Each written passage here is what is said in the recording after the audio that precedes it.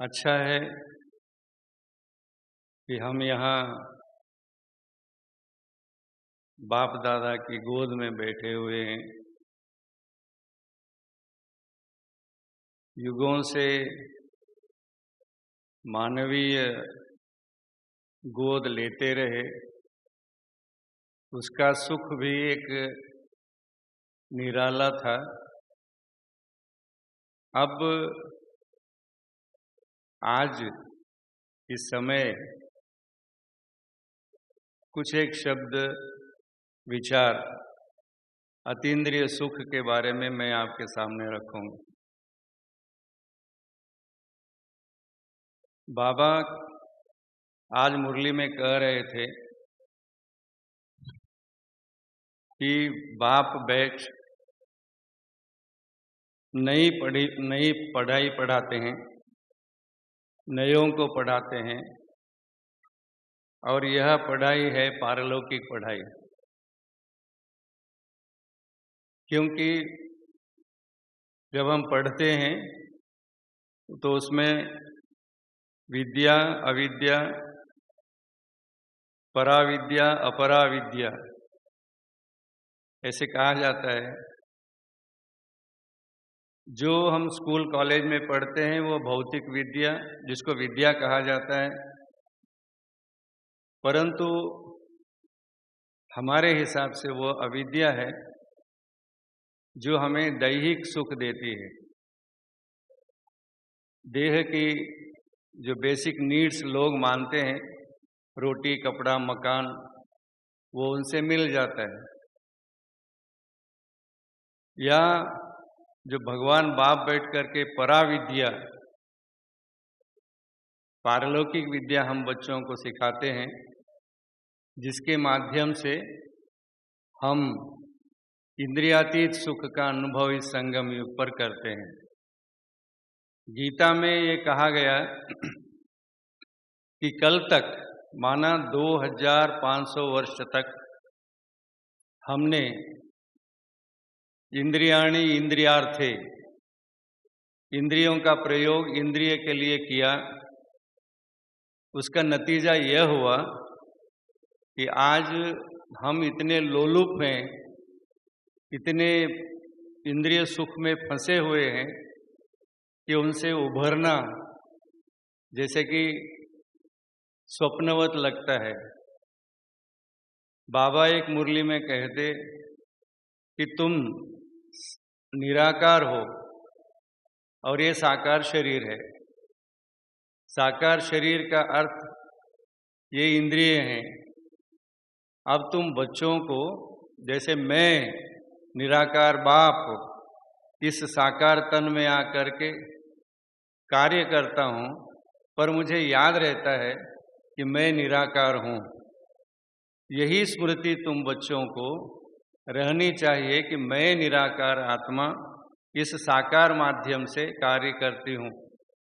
यह साकार इंद्रिय जो मुझे कल तक लौकिक में खींचते थे, उन्हीं के माध्यम से मुझे मेरी स्मृति, मेरी वृत्ति, मेरी दृष्टि को परिवर्तन कर करके फिर मेरी कृति में परिवर्तन लाएंगे, और उस कृति के माध्यम से मैं आत्मा इंद्रियातीत सुख का अनुभव करूंगी। यह एक अलौकिक अनुभव है। और ये भी बाबा कहते हैं, मैं जो तुम बच्चों को सिखाता हूँ, वैसी विद्या और कोई भी मनुष्य तुम बच्चों को सिखा नहीं सकता।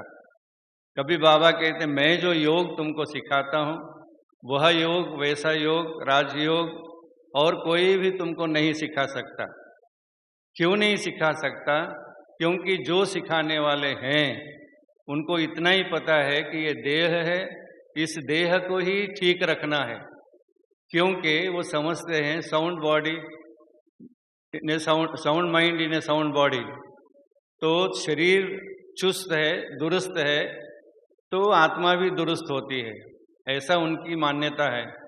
पर अब बाबा हम बच्चों को ये कहते हैं कि नहीं बच्चे, मन दुरुस्त तो तन दुरुस्त। ऐसे भी हम कहते हैं मन चंगा तो कटौती में गंगा।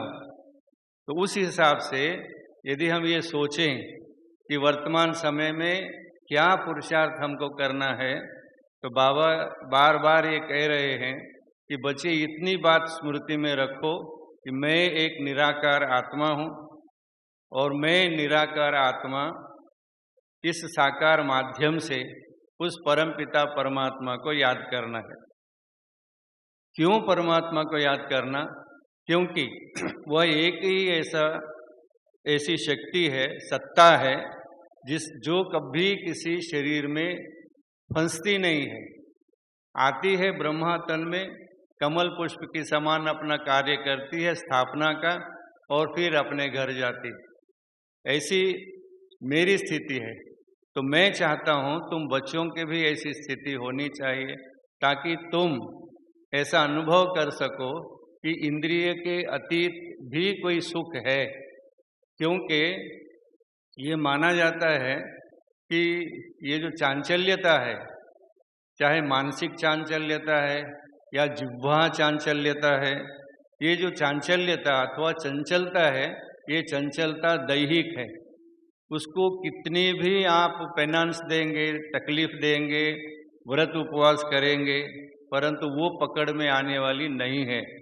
इसका नतीजा यही हुआ कि द्वापर से लेकर के आज तक हम बच्चों ने जो मेहनत की भक्ति मार्ग में कि हम सुधरे, हमारा संसार सुधरे, हमारा घर परिवार सुधरे, परंतु देखने में यह आया कि और ही बिगड़ता गया, चाहे वो शारीरिक स्वास्थ्य है या आत्मिक स्वास्थ्य है। तो अब इस संगम युग में बाप बच्चों से बैठ करके वार्तालाप करते, उन बच्चों को यह ज्ञान देते कि बच्चे अब अपने को आत्मा समझो। अब ये आत्मा क्या चीज़ है? तो बाबा ने कहा मन बुद्धि संस्कार से युक्त एक शक्ति है। अब ये मन क्या है? तो कहा गया मन एव बंध मोक्षयो कारणम।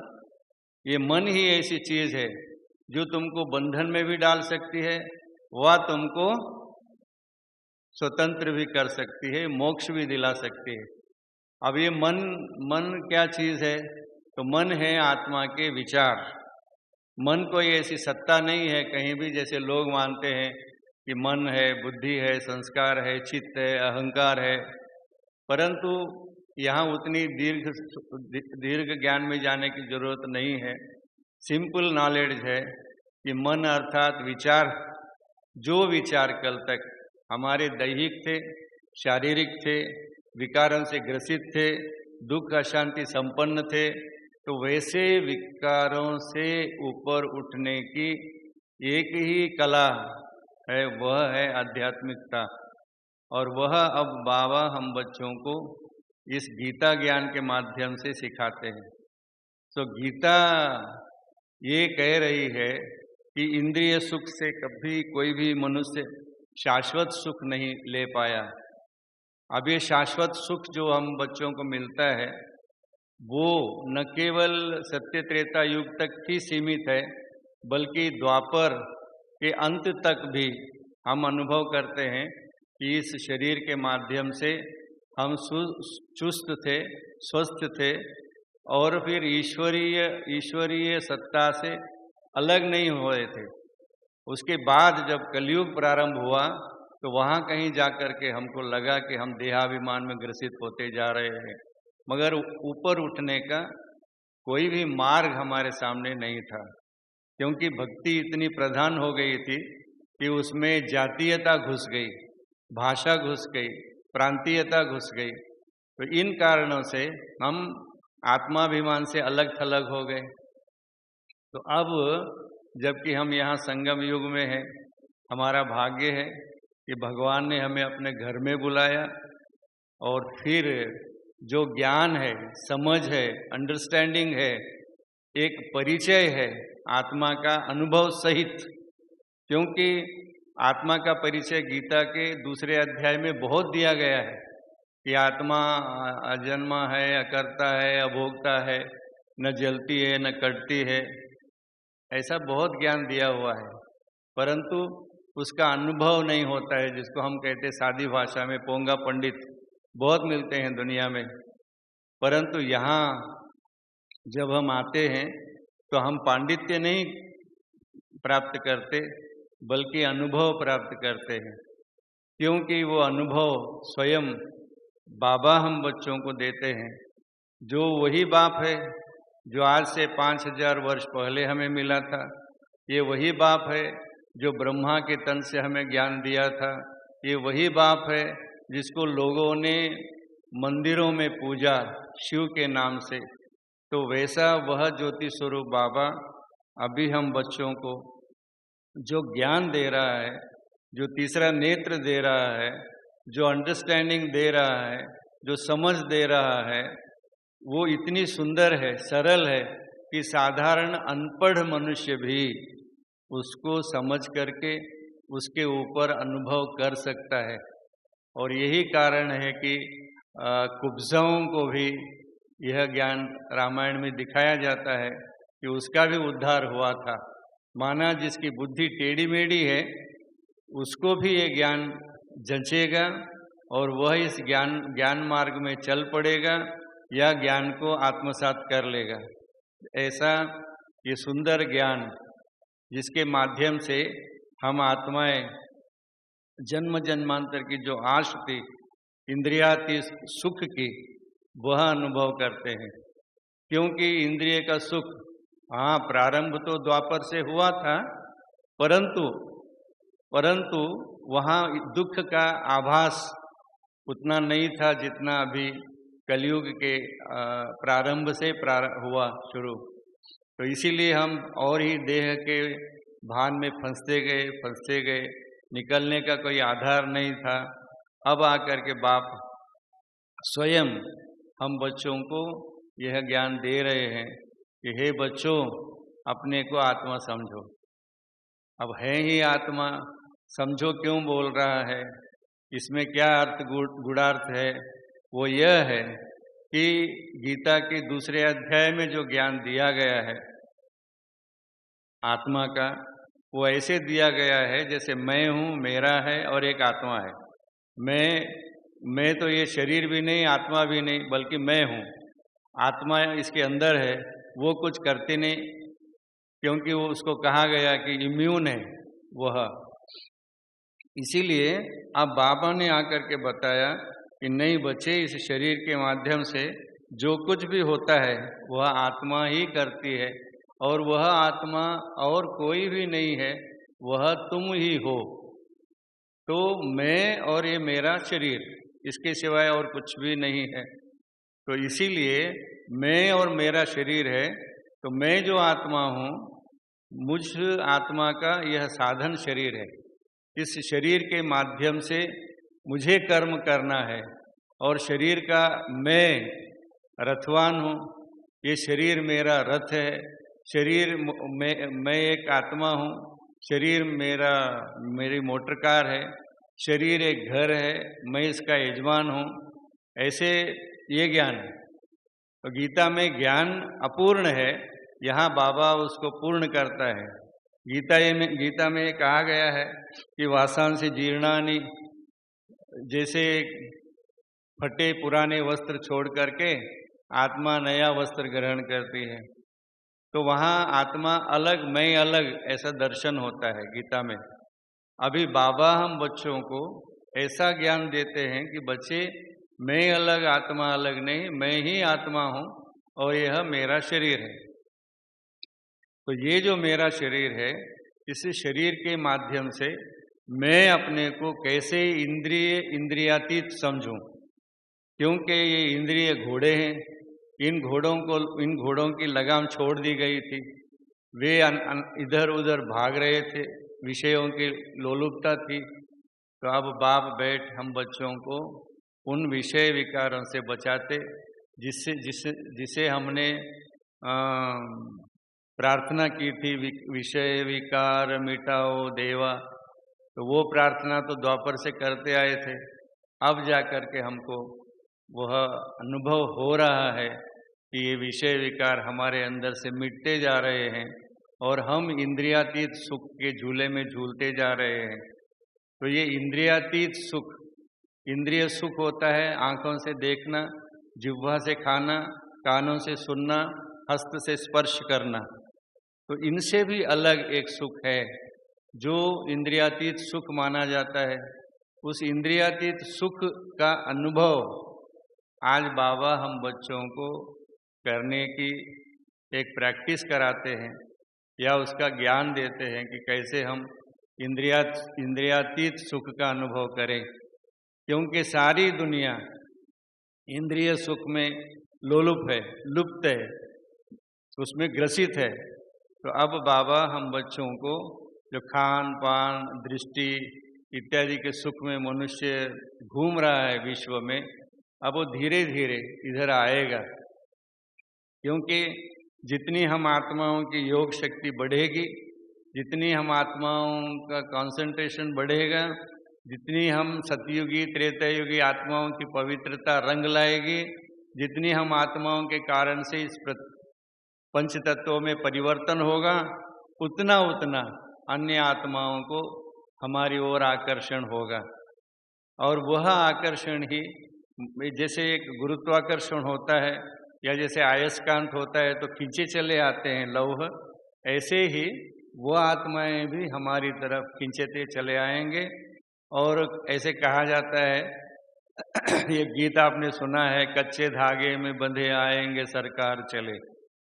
ऐसा कच्चा धागा आप समझते हैं, जैसे पकड़े पकड़े तक टूट जाता है, तो ऐसे धागे में भी बंधे आएंगे लोग आएंगे। आज जो बुलाने पर नहीं आते वो बिना बुलाए कल आएंगे और अपने को इस ज्ञान से संस्कारित करेंगे, अपने में परिवर्तन लाएंगे और अपने अपने धर्मों में अपने अपने स्थान पर श्रेष्ठता प्राप्त करेंगे।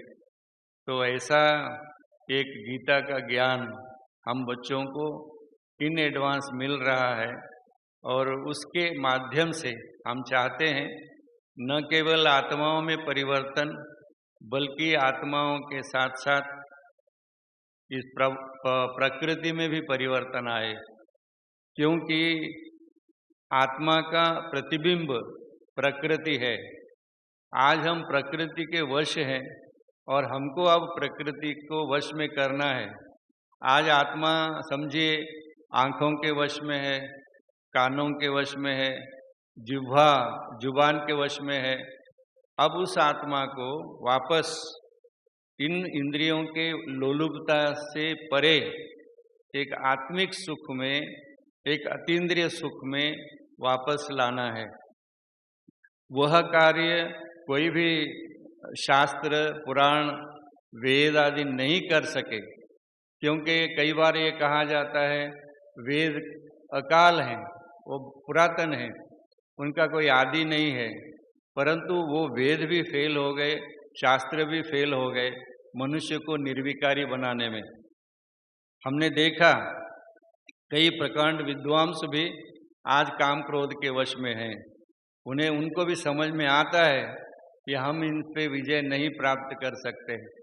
और यहाँ पर देखा ये जाता है कि जो कभी स्कूल में गए भी नहीं थे, ऐसे अनपढ़ भी गांव के लोग भी ये निर्विकारी जीवन का न केवल ज्ञान प्राप्त करते हैं बल्कि अनुभव भी प्राप्त करते हैं। एक ऐसा सुंदर समावेश आज हम यहाँ देखते हैं कि हम जो भी हैं, कोई पंडित नहीं है, न कोई विद्वांस है, न कोई शास्त्रज्ञ है, परंतु शास्त्र का सार हमें पता है कि शास्त्र का सार इतना ही है, अपने को आत्मा समझ तो परमपिता परमात्मा से बुद्धि योग लगाओ और उस परमपिता परमात्मा में जो ज्ञान योग की शक्ति है, गुणों की शक्ति है, वह अपने में समाहित करो।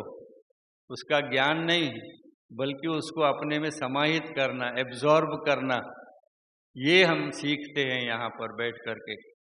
और यह सीख जितनी गहरी जाती है उतना ही हमारे अंदर जो करीब करीब 2500 वर्ष से काम क्रोध लोभ मोह अहंकार आदि विकार घर करके बैठे हुए हैं, घुसे हुए हैं, वो फिर बाहर निकल आएंगे।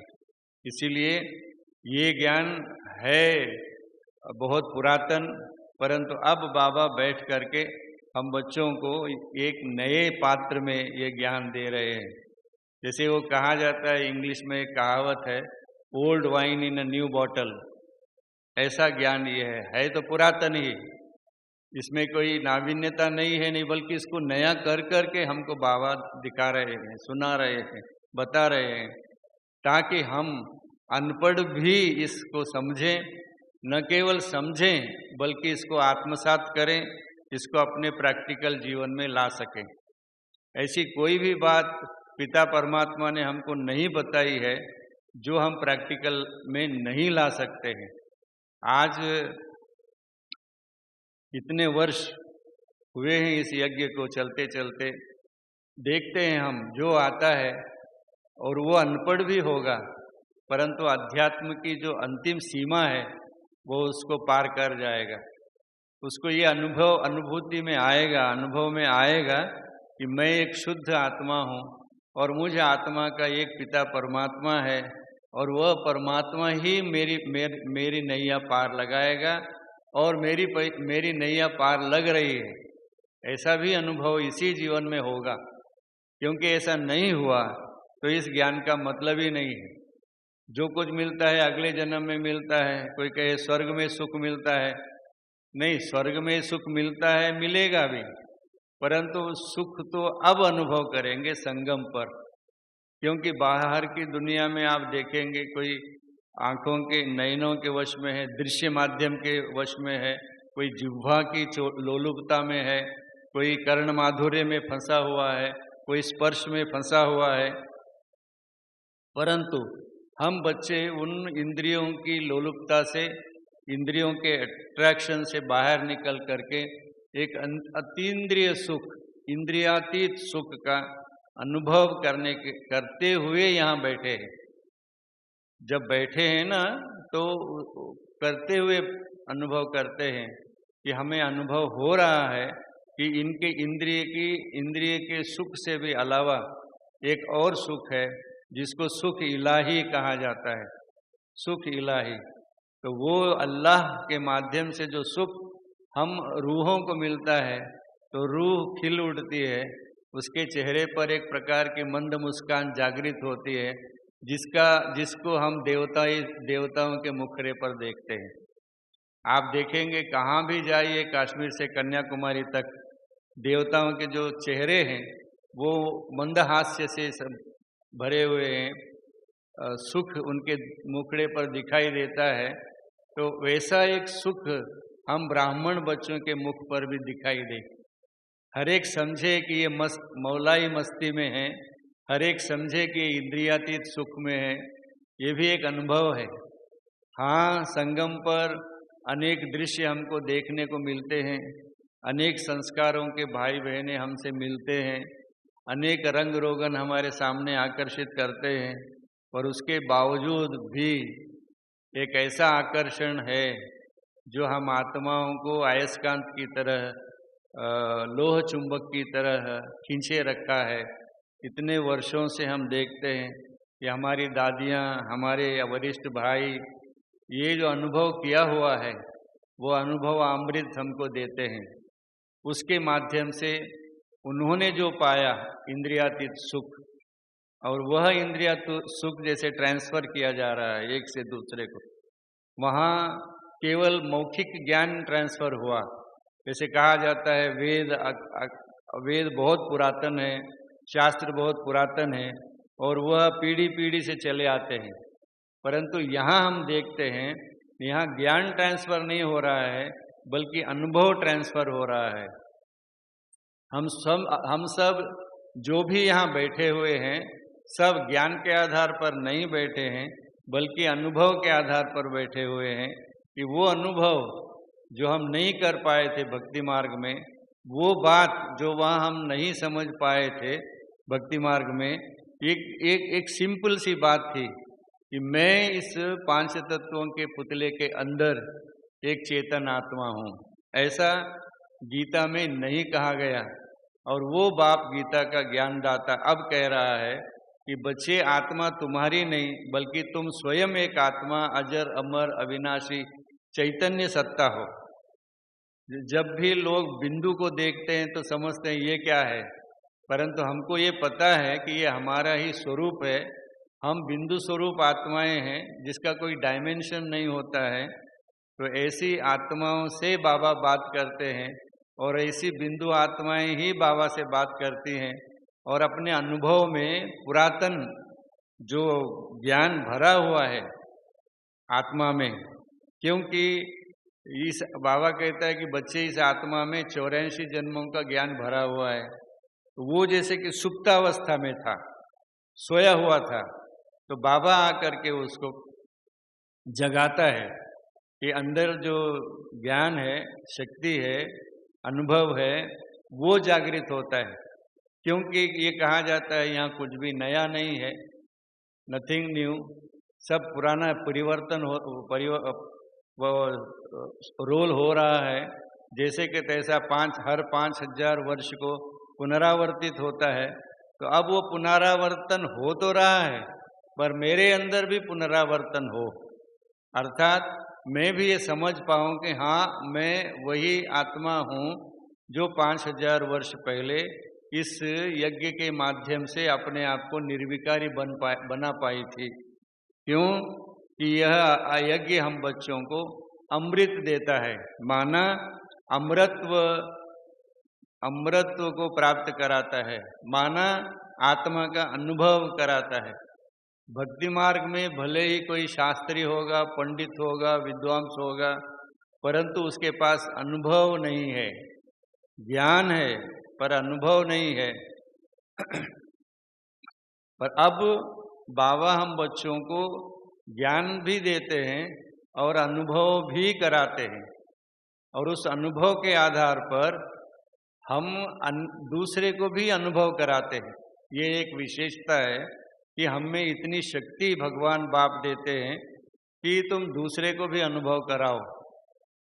क्योंकि यहाँ अनुभव ऐसा सरल है, कोई संस्कृत का अनुभव नहीं है, कोई पाली भाषा का अनुभव नहीं है, ना अर्धमागधी का अनुभव है, परंतु ये अनुभव सरल हिंदी भाषा का है। इसीलिए बाबा कहता है कि मैं तुम बच्चों को जो अनुभव कराता हूँ वो फिर तुम बच्चे अनुभव कराते हो। क्योंकि मैंने जहाँ तक देखा, कोई भी संस्था यदि टिक पाती है तो वो अनुभव के आधार पर टिक पाती है। हम देखते हैं दुनिया में इतने शास्त्र, इतने पुराण, इतने वेद और फिर इतने एनसाइक्लोपीडियाज, शब्दकोश, ज्ञानकोश भरे पड़े हैं।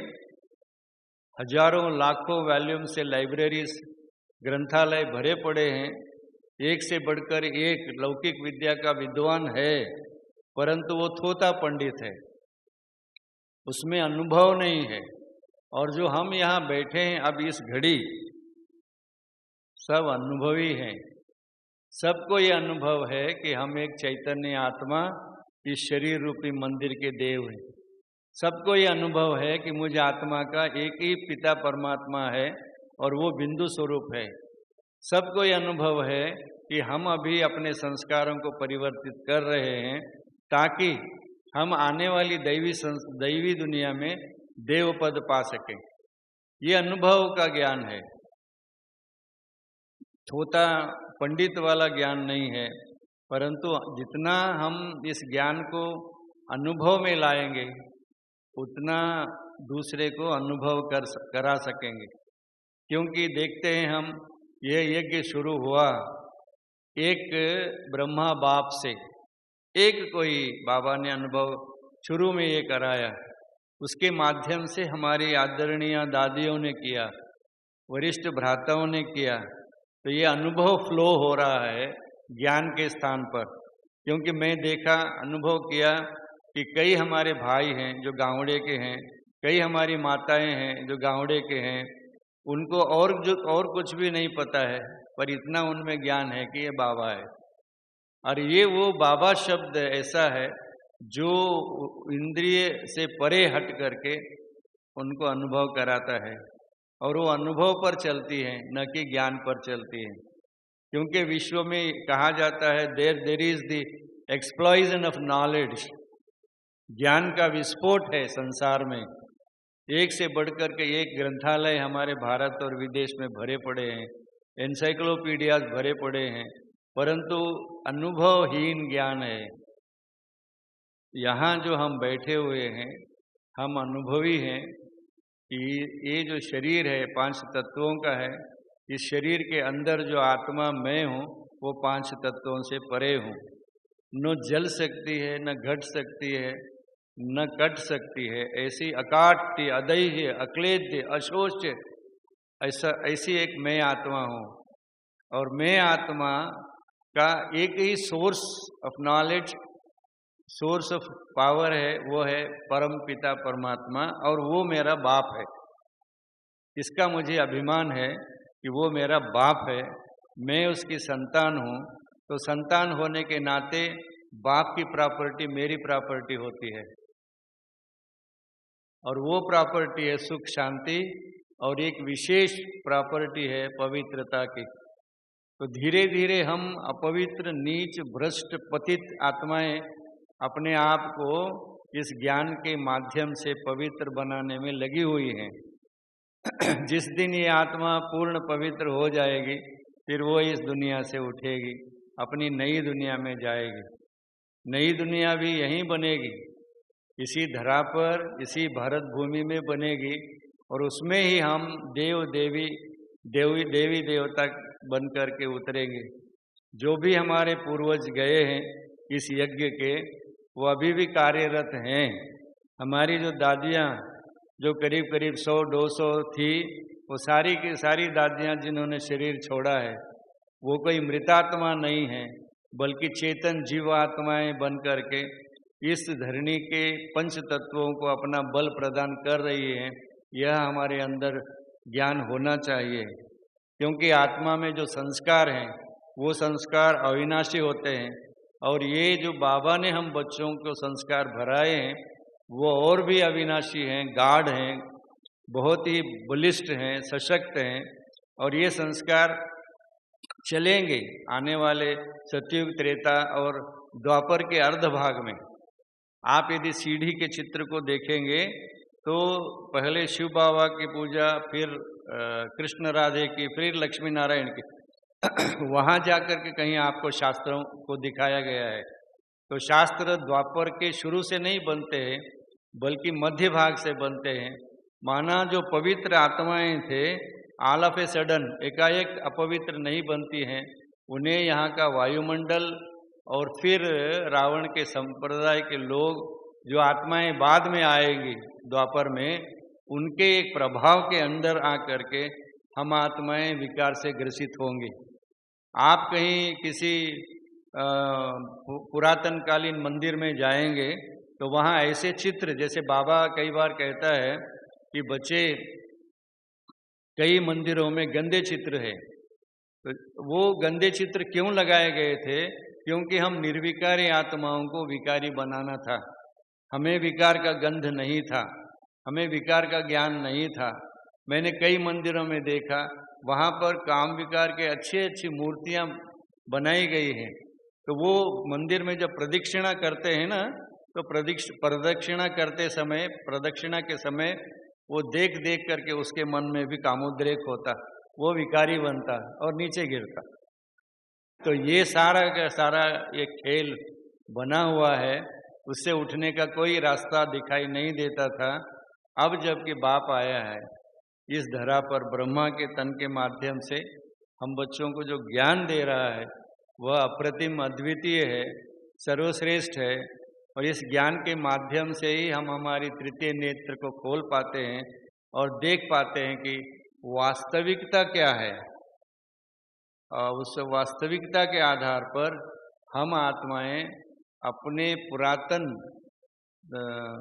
जो आत्मा की स्टेज है, जिसको हम कहते हैं सतयुगी स्टेज है, संपूर्णता की स्टेज है,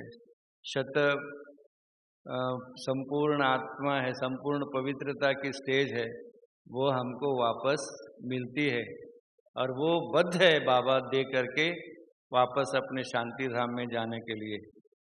क्योंकि शांति धाम में बाबा तब तक नहीं जाएगा जब तक वो आत्माएं जो 33 करोड़ का गायन है, वो अपने संपूर्णता को प्राप्त न हो। ये उसकी बाप की जिम्मेदारी है कि हमको पवित्र बनाना, पूर्ण बनाना।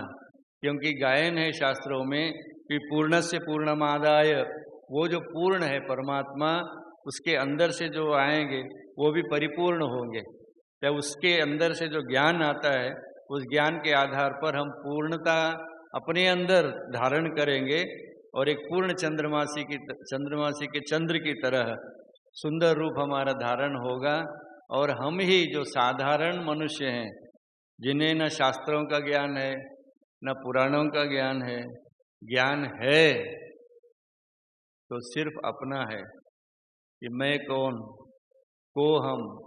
तो हम उस नॉलेज को, क्योंकि आद्य शंकराचार्य ने एक हमारे सामने को हम कह रहा था कि तुम कौन हो, कस्तो पिता कुतो आगत को गच्छतु, तुम कौन हो, तुम्हारा बाप कौन है, तुम कहाँ से आए थे, तुम्हें कहाँ जाना है, ये हमको पता नहीं था। हम बाजोली का खेल खेल रहे थे, पर बाप भगवान पिता ज्ञान का सागर, गीता का ज्ञान दाता आया ब्रह्म तन में और हमको ये ज्ञान दे रहे हैं कि तुम एक आत्मा हो, तुम्हारा पिता मैं स्वयं हूँ और तुम शांति धाम से आए थे। अब तुमको शांति धाम जाकर के फिर अपने राज्य में आना है। ये सिंपल नॉलेज है जो बाबा हम बच्चों को दे रहे हैं। और हम बच्चों के माध्यम से जो वाइब्रेशंस निकलते हैं, वो वाइब्रेशंस इस विश्व की सभी आत्माओं को हमारी ओर आकर्षित करेंगे। जैसे हम देखते हैं, कल कोई इस पर विश्वास नहीं करते थे, परंतु आज हमारे इस आंगन में भारत के शीर्ष नेतागण भी, विश्व के शीर्ष श्रेष्ठ नेताएं भी आएंगे, आ रहे हैं। आना तो है ही सबको इस एस्लम में। तो ऐसे एक स्थान पर हम बैठे हुए हैं। हम परम भाग्यशाली हैं कि हमको इन एडवांस यहाँ स्थान मिल गया है, जो किसी को भी पता नहीं पड़ता है कि ये भावी देवताएं, भावी राजकुमार, राजकुमारी, महाराज कुमार, महाराज कुमारियाँ हैं। तो ऐसे एक सुंदर ज्ञान के सागर के तट पर हम हैं, जिसको कहा जाता है ज्ञान को कि सारे विश्व में, तीनों लोकों में नहीं विद्यते ज्ञानेन सदृशम। इस ज्ञान की तरह कुछ भी नहीं होता है। तो वो ज्ञान, वैसा ज्ञान हम बच्चों को मिला। और वो बच्चे जिनको शास्त्रों का ज्ञान नहीं है, पुराणों का ज्ञान नहीं है, पर सरल ज्ञान, सच्चा ज्ञान और अनुभव पूर्ण ज्ञान है, पोंगा पंडित का ज्ञान नहीं है। हम अनुभव करते हैं कि हम एक शुद्ध, पवित्र, श्रेष्ठ आत्मा है। हमने ही 84 जन्मों का पार्ट यहाँ पर बजाया है और अब हमारे माध्यम से ही फिर से ये कलयुग परिवर्तित हो करके एक नया युग आएगा और उस युग में हम ही पुनः राज्य करेंगे। हमारा ही अपना राज्य होगा और वो सुदीर्घ राज्य होगा, ऐसा हम अनुभव करते हैं। धन्यवाद। ओम शांति।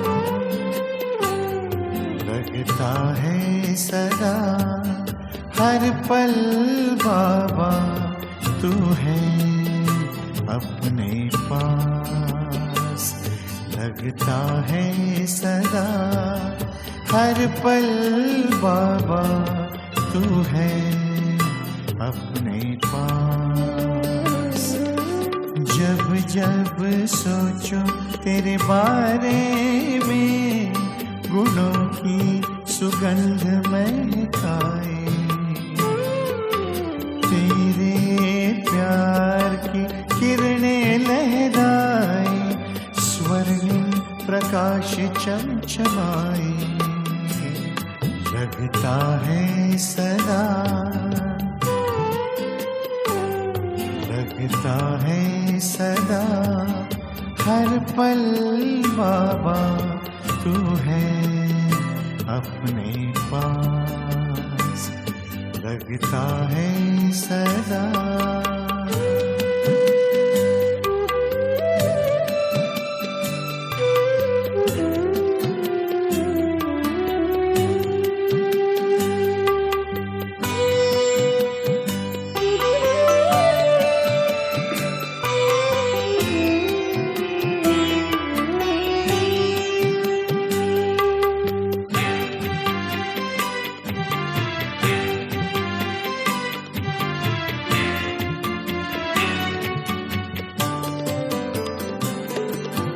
तेरी दिव्य शक्ति से हुआ है मेरा सफल जीवन,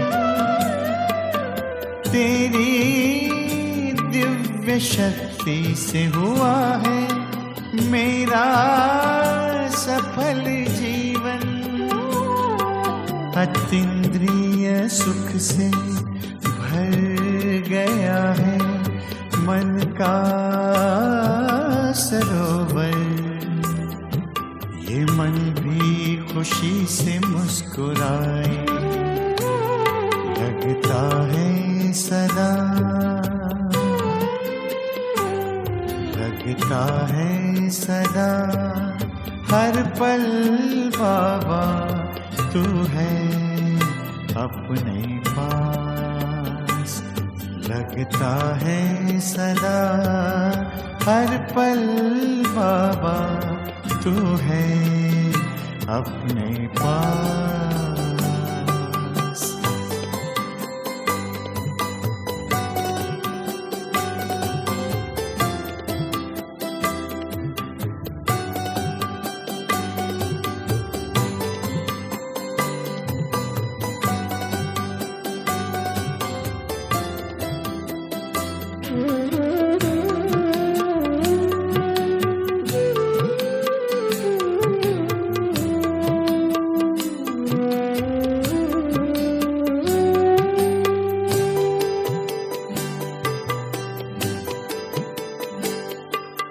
तेरी अमृत वाणी सुनाए, कोयल सा मधुर गीत, तेरी अमृत वाणी सुनाए, कोयल सा मधुर गीत, सुन सुन तेरी वाणी, मस्तक झुकाए हर प्राणी, देवलोक पुष्प बरसाए, लगता है सदा, हर पल बाबा तू है अपने पास, लगता है सदा, हर पल बाबा तू है अपने पास, लगता है सदा।